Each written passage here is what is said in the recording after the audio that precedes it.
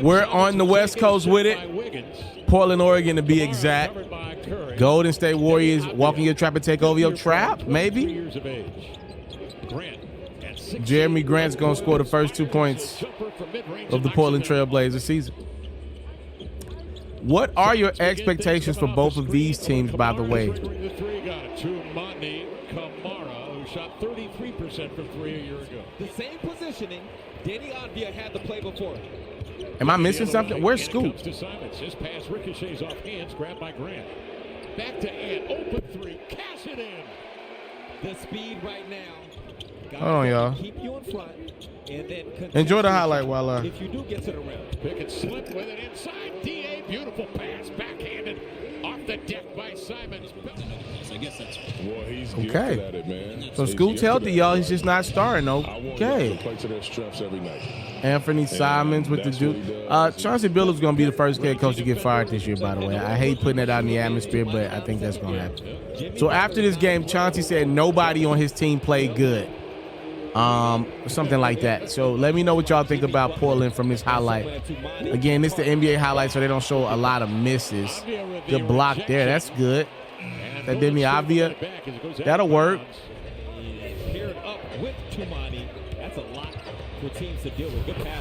I see Time Lord over. What's up with him? What's going on with him? Henderson off the screen. There we go, Scoop.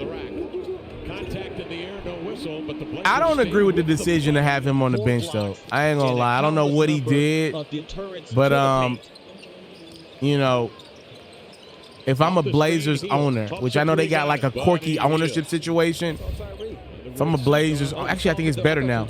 If I'm a part of the ownership group of the Blazers, though, right? Like, Buddy Hield's gonna knock down another three.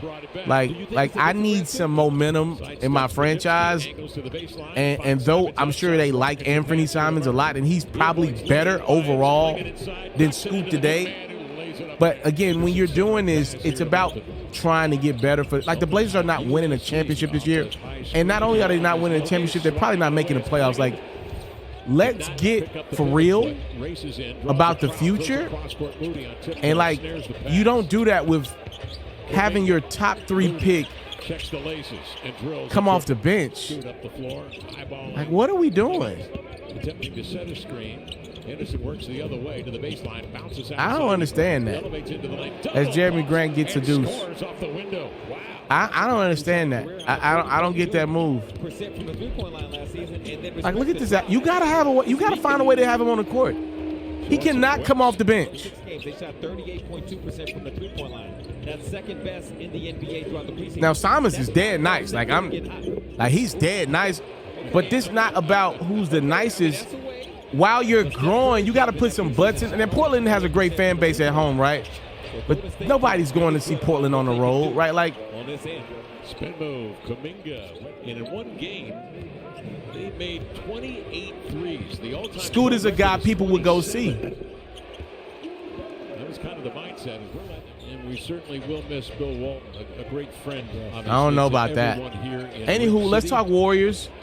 We ain't really show not a lot of Steph in his highlight as Tracy Jackson Davis goes and throws one. Is that it? Tracy Jackson throws one down. I agree. 100%. Call me crazy. Draymond's shot been looking better. Speaking of Draymond, by the way, I don't think they're gonna show it, but Draymond got a technical foul in his game, and I just think it's the most ridiculous thing possible. I mean, it might be right here actually. I just think it's ridiculous. Like come on, bro. It's night 1 of the season. You only can get about 16 of them bad boys before you're ejected. It's a meaningless game in Portland, bro.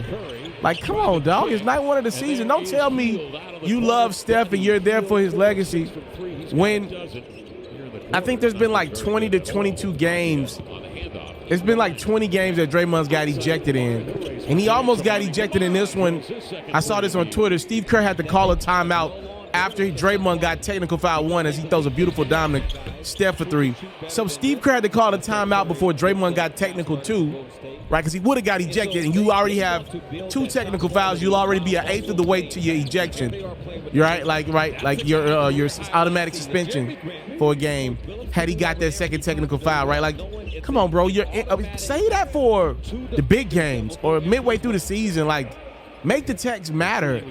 Like, bro, what are you doing? Don't tell me you care about Steph's legacy when this team is like 6-14, I think is the number, in games that you got ejected in. Like, bro, bad turnover by Steph, but don't tell me you love Steph, and don't tell me it's about winning. Like, don't tell me you trying to play out your contract, by the way. You complaining and crying on every dang play. Like, that ain't passion to me, bro. That's stupidity. Come on, Dre. He be looking crazy out there sometimes. This dude got a crazy shot.